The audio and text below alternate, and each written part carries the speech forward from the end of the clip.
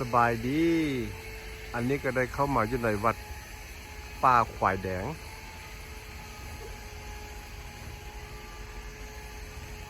อันนี้มันเข้ามาทางในวัดทีละเด้อนี่เด้อ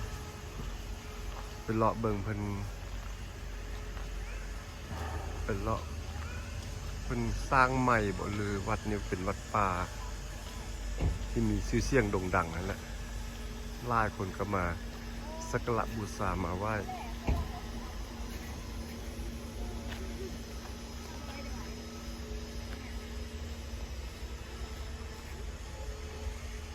จะมาเที่ยวนี้ก็สิแม่นห้องน้ำตัวนี้นะวัดป่าเพิ่นสร้างใหม่ที่ห้องน้ำก็ยังไม่ไหม้อยู่นี่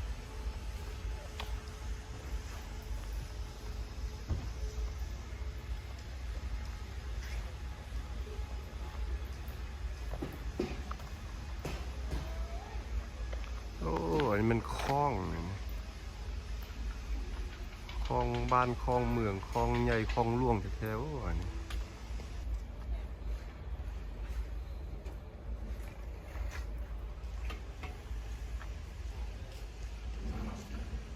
ยินดีต้อนรับสู่วัดป่าควายแดงดินแดนศักดิ์สิทธิ์นี่มันก็ว่าดินแดนศักดิ์สิทธิ์ศักดิ์สิทธิ์ดินแดนศักดิ์สิทธิ์เนาะแต่ว่าสัญลักษณ์ของคลองนี้มันก็มีลายถุงซาดไว้นี่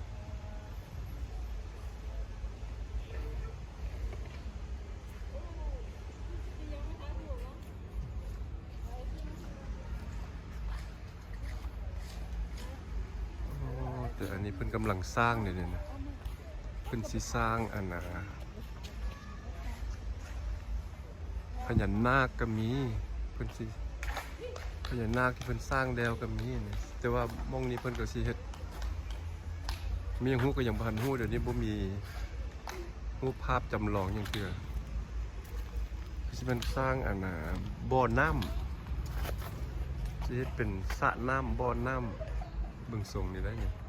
เพราะว่ามันมีท่อสีเขียวๆอย่างนั้นเดี๋ยวเพิ่นสิเฮ็ดเป็นน้ำพุน้ำหยังนี่แหละนี่โอ้กำลังก่อสร้างต้องเป็นวัดป่าอยู่มีต้นไม้สูงงามดีเพิ่นน่ะเป็นไรเข้าไปไหนคุณแม่แต่ต้นไม้สูง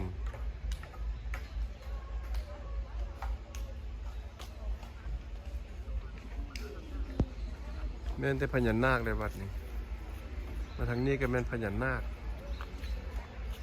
เป็นหยังคือว่าควายนี่สีแดงก็สิอาจจะเป็นว่าวัดป่าควายแดงบ่บ้านซิมโนควายแดงบ้านควายแดงดิเป็นตะกี้เพิ่นว่าบ้านควายแดงอันนี้ที่จริงว่าควายกระแดงเข้ากระแดงอันนี้ก็ว่าตามซื้อบ้านเนาะเห็นควายแดงสิก็ บ้านควายแดงดิควายกระแดงโอ้พญานาคนี่หัวบักใหญ่บักสูงพญานาคองค์นี้กับทางหน้าเพิ่นเลยนี่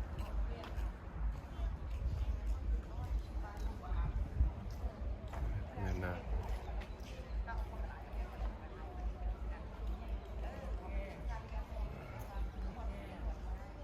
เดี๋ยวก็สิซื้อดอกไม้มาสักการะบูชาเพิ่นนั่นนะ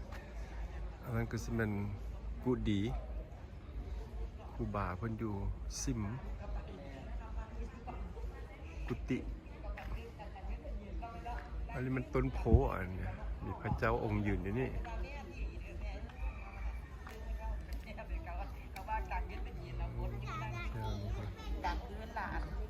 เที่ยวนี้นะมันบงมงอันนะสักการะบูชา30 ล้านเจ้าเราโซกบาทให้6 ล้านบาทตาสบายดีปีใหม่ไอ้ห้วยไทยมันเจ้าเมนมาเดือนมาส่งกีฬา30 ล้านบาทบุเดียวสิไปซื้อซอยไอ้มาเล่นมาไอ้มาเล่นโชคดีปีใหม่เดี๋ยวไอ้ขอบใจเส้นเดียวกันเดี๋ยวไอ้กลับมือไหนบ่ได้กลับง่ายพี่บ่ได้กลับง่ายเถื่อมื้อนี้ก็เจ้ากลับบอกสิกินเฟอมื้อใดสิออกนี่น่ะอันมื้อนี้มัน วันที่17วันที่17ออกมื้อนี้หวะ ออกวันที่17อีก9 มื้อ อีกเก้ามือออกเนาะ แม่นแล้ว อ๋อ โชคมานเด้อเอ้ยโชคมานเด้อมาเอาเงินเด้ออย่าลืมเฮาได้เราเก่งก็ได้ขายดีโดย ใบละเท่าไหร่นี่ ใบหนึ่ง90,000อาย ใบหนึ่ง90,000 โดยอันนี้190,000และอันนี้350,000อันนี้600,000 อันราคาคือว่าต่างกัน มันมี30 ล้าน18 ล้าน12 ล้าน6 ล้านบาท โอ้ มียาพร้อมยานวดเจ็บเส้นเจ็บเอ็นเหยียบอันสะพัด อันพวกนี้ก็คือกันวันนี้พวกนี้ อันเดียวกัน อันเดียวกัน โดยแต่ว่าคนละเจ้า คนละเจ้าซื่อๆ โด เนาะ ยอุดหนุนซอยกันไปซื้อซอย2 เจ้า 3 เจ้าอันนั้นกับแม่เล็กลาวอันนั้นทางขายลาวขายไทยอันนั้นน่ะ มื้อนี้เล็กออกได้เนาะเล็กหลาวนี่เนาะ แมนมาซื้อซอยข่อยเด้อได้ตัวดีนะเอามา เอา มา เอาแบบซี่อันน่ะอันเป็นตับนี่แม่นเนาะได้หั่น อันนี้บ่เขาขายเบิดนี้เขาก็ไล่เบิดนี้เลยชุด โอ้เอาหมดเลยนี่นะ บ่เอาใบเดียว เอาใบเดียว เอา5 ใบ เอออั อันนี้5 ใบ 30 เออมัน ไอ้ มีวัน เดี๋ยว ที่ 6 20 เขาส่งให้ เอาเป็นเงินบาท มีคนโทรมาจองแต่ว่าน้องบ่ขายเพิ่นน้องสิเอาให้อ้ายดิ เออ ไหว้ครูน้ำครูบา ใบละเท่าไหร่หั่นน่ะ มีคนอยากได้6 น้ำเฮาดิแต่ว่าเฮา อันเท่าไหร่ละอันนี้ มันยังนั่นอันนี้30เท่าไหร่อ้ายถืออันเอาน้ำพวกอ้าย600,000 1,200 900เงินบาทแต่เงินกินเนาะอันนั้น อัน อ้าย นั้นมีจักใบอันนี้ มันมีอันนั้นมันมี5 ใบ 30 ล้านเด้อ้าย มี5ใบ เจ้า30 ล้านบาทเด้น้องเอาส่งให้อ้ายปีใหม่26น้องกับ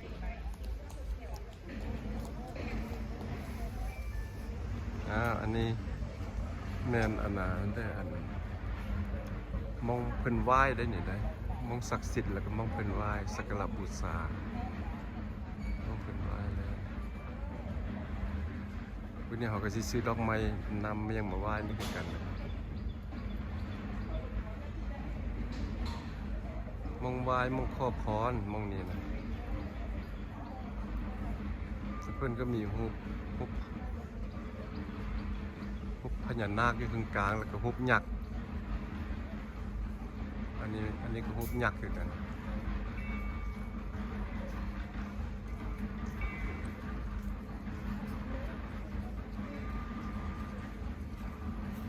หลายคนก็มาไหว้นี่ผู้ใดเข้ามาไหว้นี่ต้องได้ใส่สิ้นเพิ่นมีสิ้นให้เซาอยู่ก็ไปทางพูนกันโอ้อันนี้พอดีแสงตะเวนตะเวนซองแสงถ้าพูดจะเป็นป่า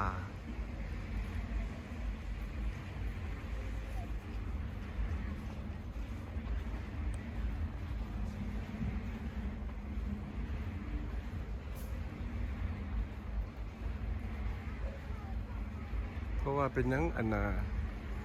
แค่นตามต้นไม้นี่จะมีหน่อยสีแดงๆไปสิเพราะว่าเป็นบันควายแดงแล้วทุกอย่างก็ได้แดงไปหมดเลย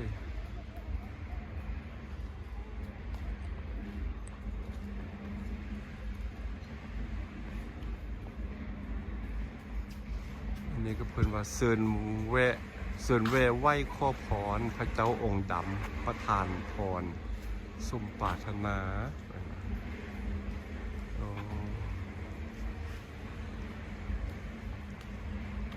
เดี๋ยวก็มาซิได้มาไหว้เพิ่น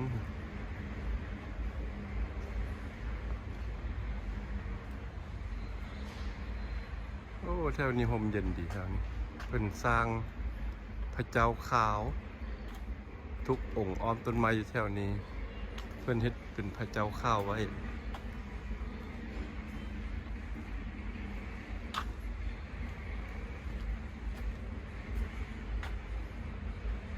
เนี่ยเพิ่นกำลังก่อสร้างเหมือนเพิ่นเลยเพิ่นเฮ็ดรูปปั้น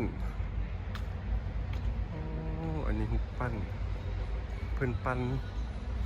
อย่างเนาะบัดนี้เนาะ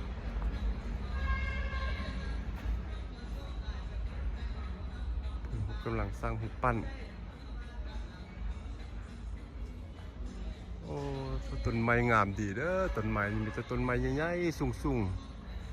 ๆเหี่ยวดีเด้อต้นไม้นี่บ่มีกิ่งงาหลาย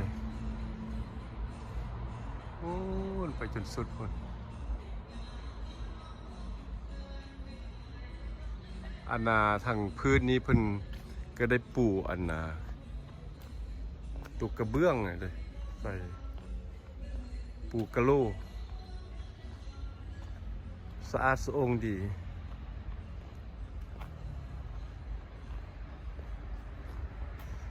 อ้วัดนี่ยังยาวยังกว้างเข้าไปในพุ่นเด้อวัดนี้เด้อคือว่า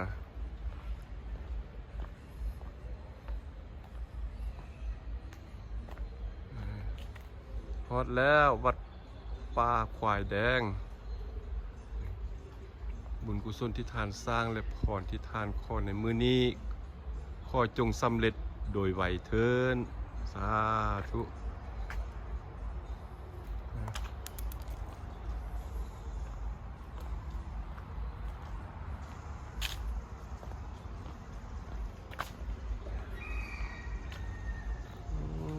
เขายังเข้าไปในพุ่นเด้อวัดนี่เด้อ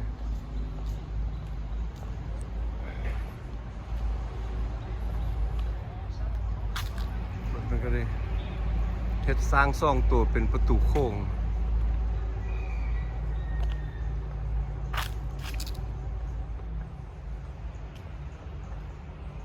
ยาวคือสิเข้าได้ซ่องทางทางพุ่นเห็น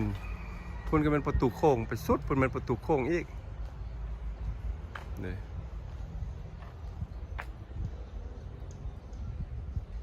ยินดีต้อนรับสู่วัดป่าสัมโพธิญาณโสธิธรรมราชบ้านควายแดงเมืองหาดทรายฟองนครหลวงเวียงจันทน์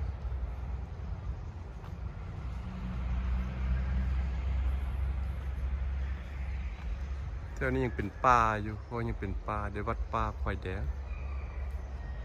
เอาป่าดงตัวนี้มาสร้างเป็นวัดแล้วก็ให้มันศักดิ์สิทธิ์ขึ้นมาคนก็เลยนิยมมากำลังพัฒนากำลังก่อสร้างไปเรื่อยๆอันนี้จะเป็นห้องน้ำในไปพุ่นเพิ่นก็กำลังก่อสร้างอยู่พี่เลยนี่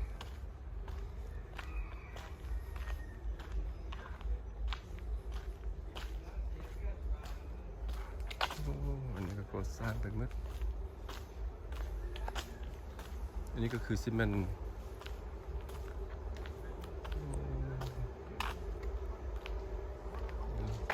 อันนี้มันตูมันอย่างเราสร้างนี่เนาะโอ้ตัวซิง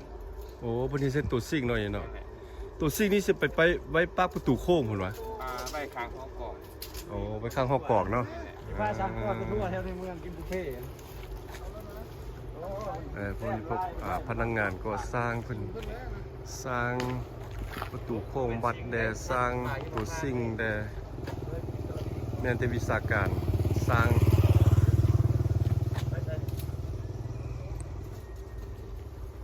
พุ่นออกไปประตูโค้งพุ่นไปทางพุ่นสุดพุ่น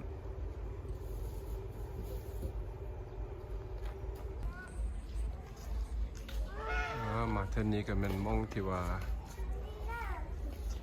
เพิ่นมาไหว้มายังมองครูบาเพิ่นมาขอพรเอาไม่ยังมาถวายครูบาอยู่นี่มัดแขนสูดรดน้ำมองนี่นะผู้ใดอยากสูดรดน้ำก็มาสูดอยู่นี่แล้วผู้ใดอยากถวายอยากขอพรก็ซื้อเครื่องแล้วก็ไปไหว้อยู่มองนั่นสิย่างไปซื้อดอกไม้มาขอพรก่อนดอกไม้ทูบเทียนมักเบ่งน้ำ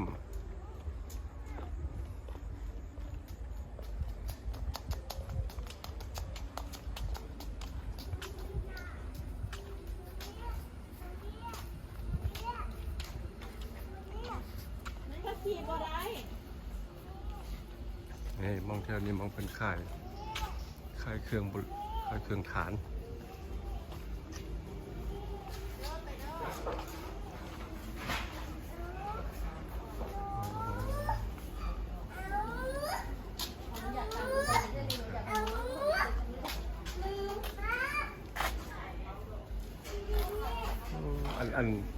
อันทาน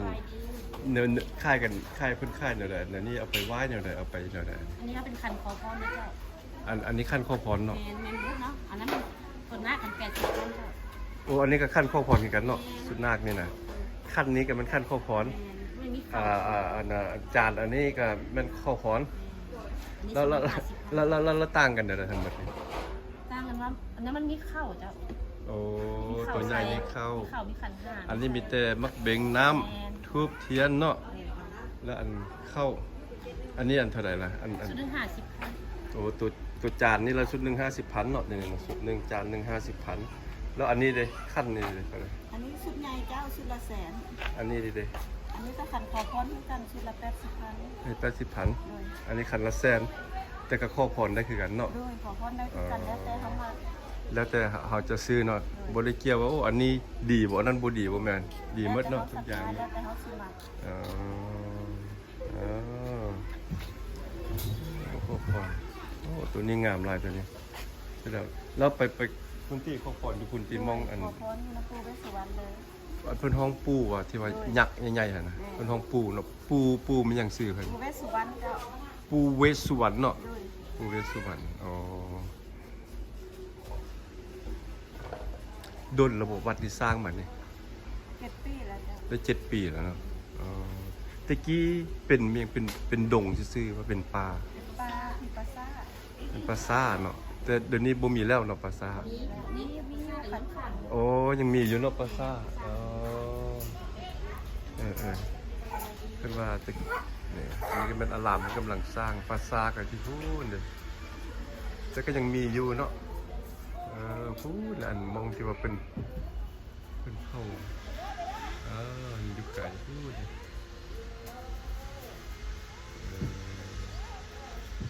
ปราสาทมีทางพุ้น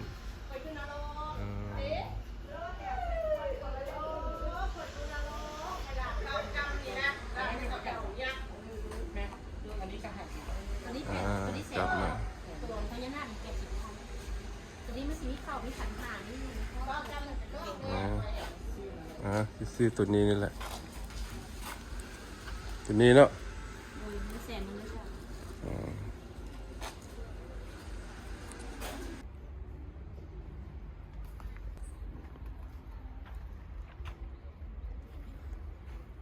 อันนี้มันจานสิไปขอพรนำอย่าปูเพิ่นเด้อนี่เด้อ